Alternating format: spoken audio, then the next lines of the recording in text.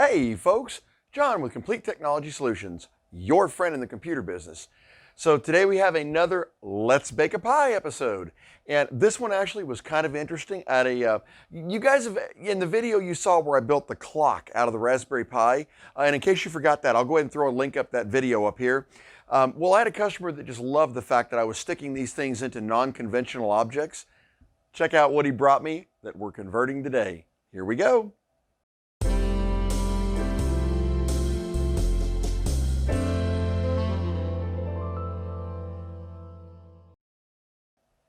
Okay guys, so here's what we've got. We've got the Street Fighter 4 Round 2 Xbox 360 edition of the Arcade Fight Stick Tournament Edition. Now, basically what this is it's a fight stick that people would have that had the buttons on it and the joystick and all that. Now, you've seen me do a conversion on one of these before. Once again, I'll throw the link up for that video up here too. But this one was designed for the Xbox. It's very heavy duty and very solidly constructed. Let me get a little Stumpy, a little look at what this thing looks like in here. I mean, it is really, really nice. So I tell you what, let's take this out of the box and see what we've got to work with here. Absolute 100% disclosure, I have never worked on this type before, so we're kind of in uncharted water here, guys. But you know how that is. I like to have that. It keeps us fresh. So, all right, cracking this bad boy open. Now the box itself weighs a ton. Okay, pull this out of here. Ooh, man, that is really nice, guys. You know, I built that other one, and it was kind of, I mean, it was nice, don't get me wrong, but it was light. You know, you could tell that they were manufactured for light use. This actually feels like an arcade stick. All right, looks like there is an adapter in here. Oh, that's for the audio on the Xbox, which obviously we will not be using. However, he may want that cable back, so I'm going to hang on to that. All right, put the box aside over here, and let's see what else we've got going with this thing. All right, so yeah, I mean, I'm going to hang on to that box for him too. That's pretty heavy duty. We're going to set it right over here. It wasn't as loud as it sounds, I promise. All right, guys, so let's take a look at this fight stick here and see what we've got to work with. So one thing I can see right off the bat that I'm going to like is the fact that it's got two buttons back here, which, you know, for most people that know Raspberries, you have to have a start and a select. Great positioning. So we'll see if we can reuse those buttons. We're going to have an ABXY, we're going to have a shoulder, shoulder, and a trigger, trigger. So we're actually going to have a lot of buttons on here, so it'll support quite a few games. Joystick feels pretty darn good. Of course, since it was, you know, Capcom produced for Xbox, it had better, I'm sure. Now, up here it's got what looks like the turbo button and the Xbox button. Now, if those are mappable buttons, and we'll get into this in a second because I have no idea what we're about to find. In theory, we could map those out to start and select or any other series of buttons we wanted to. But really, what we really need to make this work is right here and right here. Let's see if our interface, take on the back here. Looks like we've got a USB cable. And it just goes straight in through that hole right there. So what we're going to have to do, and actually this does offer some interesting opportunities. I'm going to see if I can get Stumpy to focus on that here. This is hollow in here. So we've got a back plane that we can actually mount our power to and our HDMI cable that we're going to need. We'll just have to cut them into that hole, and then theoretically, if we use that same hole, we'll be able to conceal the entire thing. That's going to be pretty cool. All right, so let's crack this thing open, and let's see what we're actually dealing with here. So it looks like this has got some of those wonderful security bits on it. All right, so we've got all the screws out. Let's crack this thing open. Let's see what's under here. All right. So, let me see if Stumpy can see this. This is actually very well designed. First off, guys, that's metal. That's an aluminum plate on the top. I really kind of dig that for sure. Okay, so looking at the rest of this, what we've got is, we've got a couple of encoder boards. That's exactly what this is, going to here to encode it to USB. So basically, this is a USB encoder board exactly like we would typically use on one of the Raspberries for like arcade 1-up conversions. And yes, I know you guys really dug that one. So once again, I'll throw that video up for that arcade 1-up. We have another one of those coming soon and in a lot grander scale. You'll get a kick out of that. But all right, so since we know what we've got to work with here, it's pretty straightforward, guys. This is actually going to be a pretty easy conversion, I think. Let me get the tools together that we're going to need, and we will take the next step. Hang tight. All right, so to complete this conversion, and I'm going to keep this down to the bare necessities here, guys. Obviously, we're going to have to take all this stuff out of here. We'll get to that in a minute. But what we're going to need to complete it, we're going to use a Raspberry Pi B3 Plus. And by the way, I got to tell you, I found a company online that sold this bulk rate of these little heat sinks for the Raspberries. You guys have all seen these. But one thing I really liked is on the back of the Raspberry, there is a chip that you usually use a flat copper pad on just to dissipate the heat. But I want to show you guys this cool little copper pad they got. Look at this. I hope Stumpy's picking that up. It's got a little raspberry on it. It's so cute. It's one of those things that, you know, they know nobody will ever see that, but it's attention to detail, and I very much appreciate that. So, all right, Raspberry Pi B3 Plus. We're going to use the same USB encoder boards that we used on the Teenage Mutant Ninja Turtles upgrade. I will put a link to all of these in the description, guys. But as you can see, that's going to give us all the buttons that we're going to need on this, as well as any voltage that we need for LEDs. I don't actually see any LEDs except for maybe the Xbox, so we'll check into that too. We're going to need the USB cable itself. A little longer than I want, but that's a pretty deep case, so hopefully that won't be too hard to conceal. Now, these are all of the actual plugs that you would use with this decoder board, and I'm going to tell you, I like the way those buttons were set up because they're all slide-ons, which means that these will work. We can eliminate all of the existing wiring and go with brand new wiring, which is great. So we're going to go that route. All right, we're going to have to get power outside. So we're going to use this internal to external so we can get the power in from the mini connector. All right. We're going to have to get at least one USB port. Now, I do have one thing I'm going to do to this. It's a little unique. I'm going to install one wireless receiver on the Raspberry inside the system. And then he's going to have another external controller outside. But I thought it might be nice to have another external port for another USB port should you decide maybe you want to play 3 players. So we're going to definitely add one of those in. And of course, we've got to get our video signal out. So we've got our HDMI cable. So it's going to go HDMI male from the Raspberry to female on the case. All right. So what we're going to do is I'm going to go ahead and I'm going to take all of the existing components out of here. We're going to remove all the wires, everything that's not necessary, and then we're going to take the next step. Here we go. All right, guys, and as you can see, we now have the control panel free. Now, these buttons in here, they're actually labeled up, down, left, right, and ground. There's a common ground for all of them, and that's exactly how we're going to use these. But what we're going to do is I don't want to cut these wires, so we're going to figure out which one is which, and then we're going to actually put jumpers in here to jump them onto the new board. So here we go. Okay, guys, so now that we've gotten all of this taken out, and you guys can see how clean this is in here. Now, one thing that I do like to try to do, if at all possible, I don't want to cut or damage anything. Like, for instance, you'll see we kept the original board. The only thing that we did have to cut was actually the end to get the USB out because it was too thick to go through the hole. But everything else is right where it was and plugged in, so that if in the future you should ever decide to go back to stock with this, I'm not sure why you would, but it's still there. And the same thing goes for these cables. So we're not actually going to be using any of these, including this front side audio jack, although we could, but we're not going to. We're just going to zip tie these and conceal them in the side of the case. There's just no reason to remove them if we don't have to. See, just like that. Now they're out of the way, but they're not, we haven't actually destroyed any of the originality, which is kind of cool. We can still go back if we wanted to. All right, so let's take a look at our mounting. So this is going to be our start and select switches. They're already wired in here, so I just left those wires in. We're going to look at the mounting for our Raspberry. Now, it looks like the bottom does come off, and this is also aluminum. And let me take a look at our Raspberry and see what looks like the best mounting position for it. Because I'm thinking we could mount right there, or even, yeah, well, actually, we got to be careful of that because we got the joystick that goes down through the hole. See, this is what we were talking about with being flexible, guys. You've got to be able to look around and make those decisions kind of on the fly. We could mount it there. That would actually be pretty optimal right there because that would be out of the way of everything and still allow us access. And in theory, we can be able to use some of these mounting plates positions here. That would be very convenient. All right, so this is the position I'm looking at, guys. And as you can see, the Raspberry is down behind there. So I've got 2 positions I can mount to, and I'll have to remove the bottom to drill one more hole for a mount on this side. So let me get the bottom off here and see if that's the way we're going to mount it. Be right back.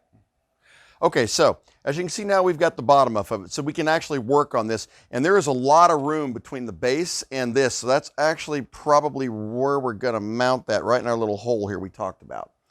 All right, so here's what I'm going to do. I'm going to get the raspberry mounted, and then we'll take the next step because I'm going to try to use some of the existing mounting if we can. So hang tight. We'll be right back with you. Hey guys, so one of the things that I've told you 1,000 times on the channel is what? Be fluid. Whenever you're doing these things that have never been done before, you're gonna run into little strange things. And I want to show you a couple of things we ran into. All right. First off, what I decided to do, instead of mounting on the top, I decided to mount on the bottom. And there's a couple of reasons for that. Where this base plate mounts is perfect height for putting this raspberry under, and it allowed me to secure it down to the plastic right here. I'm putting the USB encoder right here, as Stumpy can see, and that's because we have a long cable to conceal right here, and I figured that'll give us plenty of room for that. The HDMI is going to come out and go through this and into here.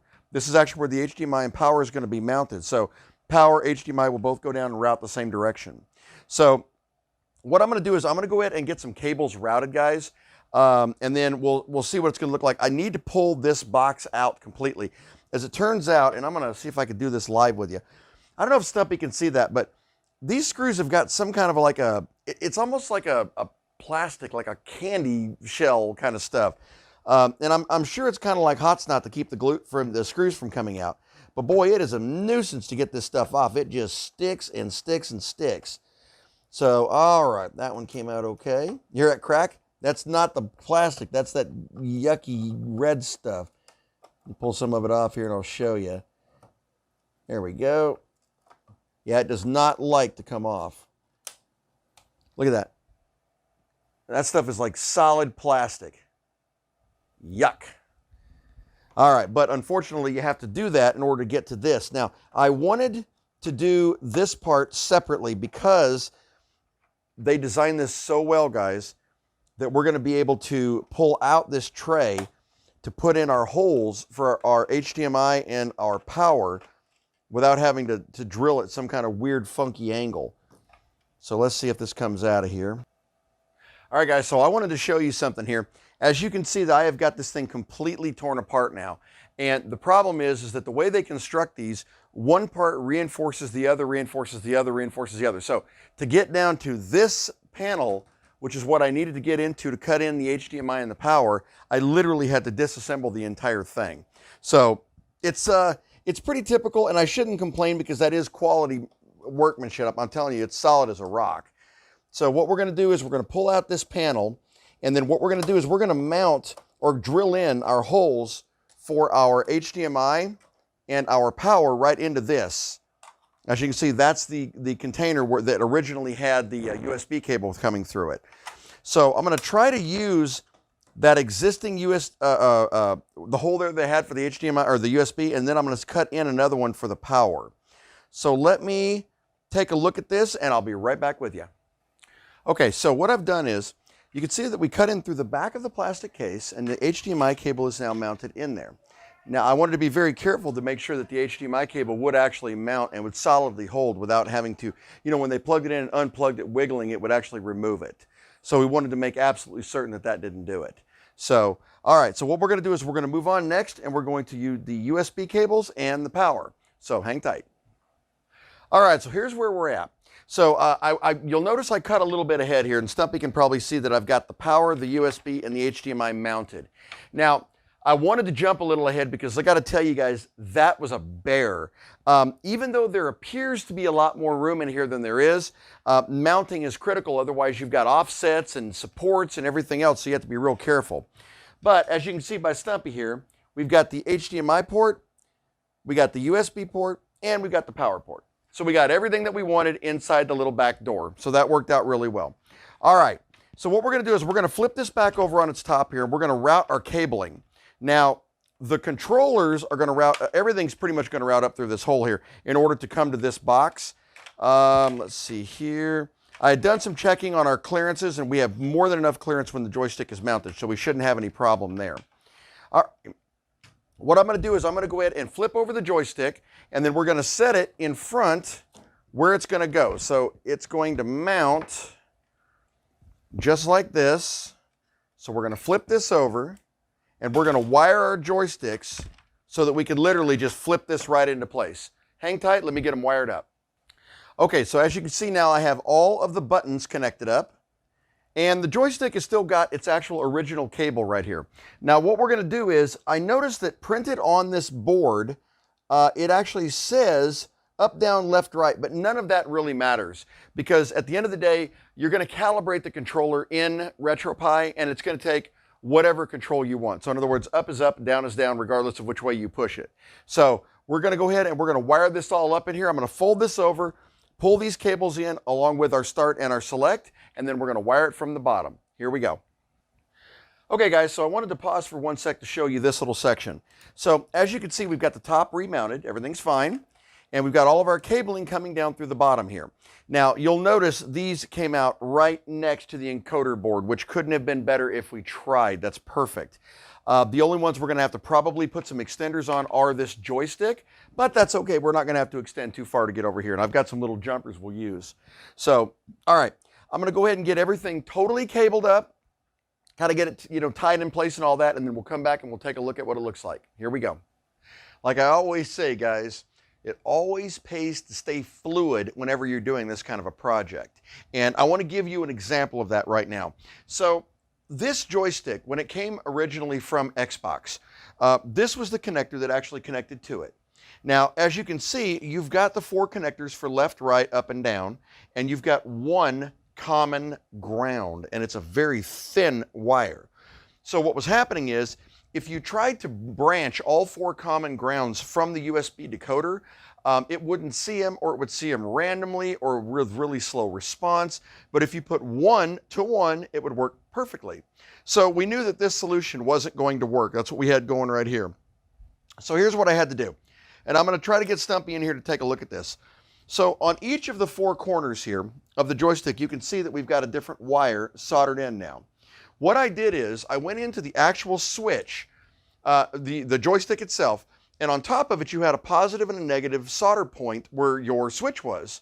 And I connected jumper wires to positive and negative on all 4 switches so that we had an effective ground and a positive each time one of the directions was switched, instead of having to use that common ground. And as you can see, I've got all of them run through the low temperature solder points and down into the actual controller board itself. And let's see if we can get Stumpy a good shot of that. The rest of these wires go down into the back here where you can see this is where the buttons are. And the start and select button are also wired up in here as well. So we've got all buttons connected. We've got the Raspberry in place. We've got the power cable in place, HDMI, both USBs, one for the external, which by the way we will be using in a second. And at this point it looks like it's pretty much ready to fire up. Now, what I want to do is, I have not tested this. I haven't turned it on. I haven't started it. So we're all going to see this together live. That's kind of the fun part of doing this. Will it come on at all? Well, we'll find out. All right, so what we're going to do is I'm going to reposition Stumpy. Set that down here. And we're going to reposition Stumpy on the screen and get it straightened up as much as I can for us here. All right. So what we're going to do is I'm going to power this up now using a standard 5 volt, 2.5 amp power supply for a Raspberry. Now, one thing I will tell you, if you do anything that requires junctions or switches, in other words, if you're not coming straight from this to the Raspberry, you're going to have a little bit of voltage drop off. Now, most of the time, it's an annoying little lightning bolt that'll appear up in the corner, but sometimes it can actually affect the gameplay. So you want to be real careful about that. Now, I have verified that everything is connected here, and that this, if we had to, we could theoretically run the cable straight in and right to it, but we don't want to have to do that. So what we're going to do is we're going to go ahead and plug in this power, and I do not have this switched right now. We can put a switch on it at a later point in time, but right now we just want to test functionality. All right, power cable is in, and we should have something on screen. As you can see, there's a little lightning bolt I told you about. Not necessarily going to affect anything, but it can be a little annoying. So, all right. Now, in theory, what should happen here, guys, is when this comes up, since this version of RetroPie has never seen this controller, it should automatically come up and say, hey, you have a new controller. So let's take a look and see if that's what happens here.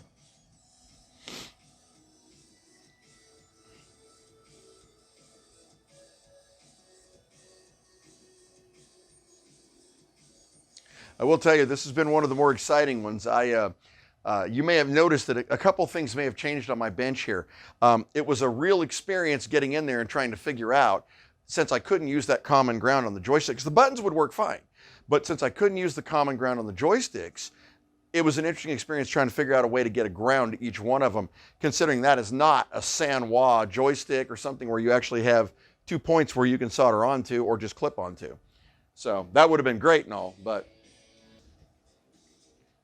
All right, and as you can see, it says here that we have 1 gamepad detected. So let's just press any button.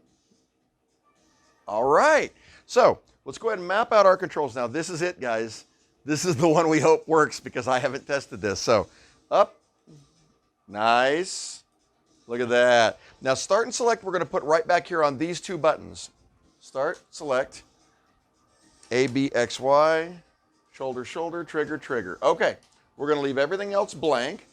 And as a reminder, if you're doing this, you just press and hold any button and it will pass it by.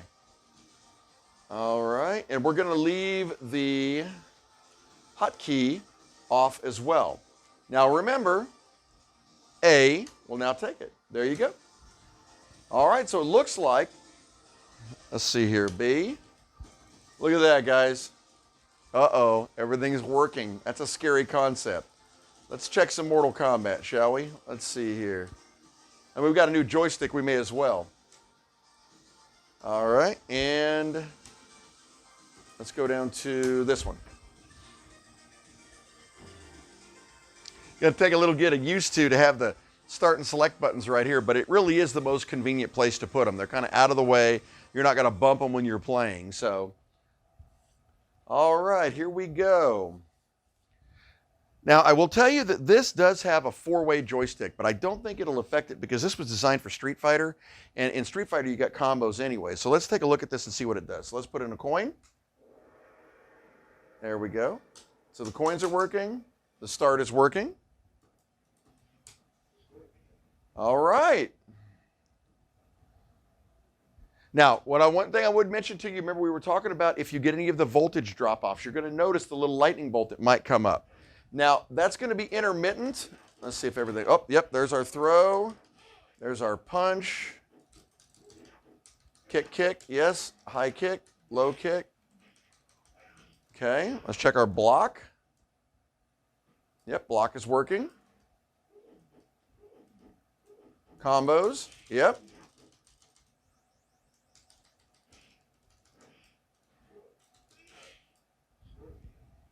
Not bad.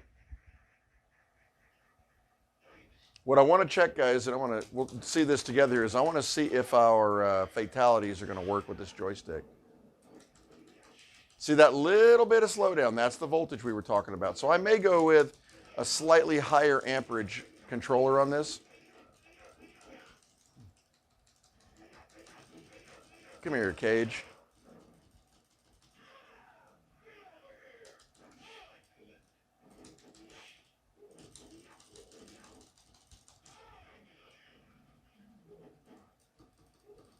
Ah, missed it.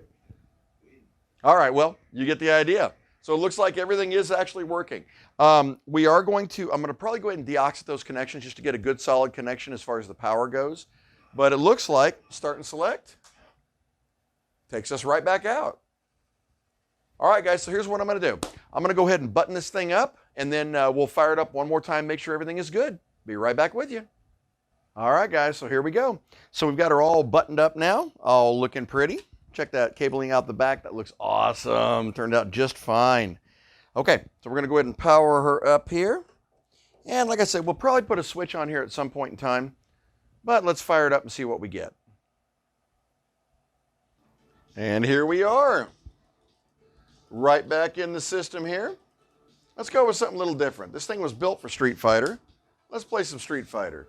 Let's go with... what the heck. We'll just pick an arcade version. Fire it up. Let's see here. I'm not going to lie, I don't remember many of these moves, but this ought to be kind of comical. Let's find out.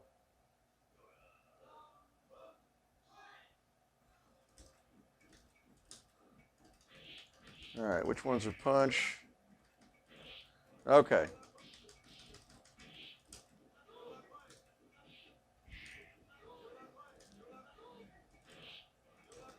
Let's see, I got to remember which one is the kick.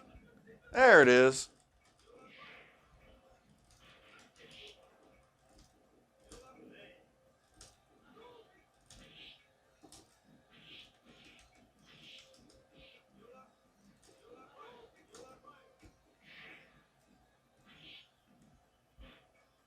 So block is set up here, okay. Okay, fine. All right, but as you get the idea, everything is up and running and it's working perfectly. No problem whatsoever. Well, guys, I got to tell you, this has been an exciting conversion. You know, if you ever have a chance to do one of these, the only thing I'll tell you is definitely think outside the box, because you're going to run into a few little logistical things you're going to have to change around a little bit. But once you get the buttons are easy. Once you get the joystick down, it's a pleasure. Works like a champ. Well, thanks for watching again, guys. I appreciate it. This was actually a build for a customer who will be coming to pick it up shortly and having fun with it. So we'll see you on the next video. Have a great week. Bye-bye.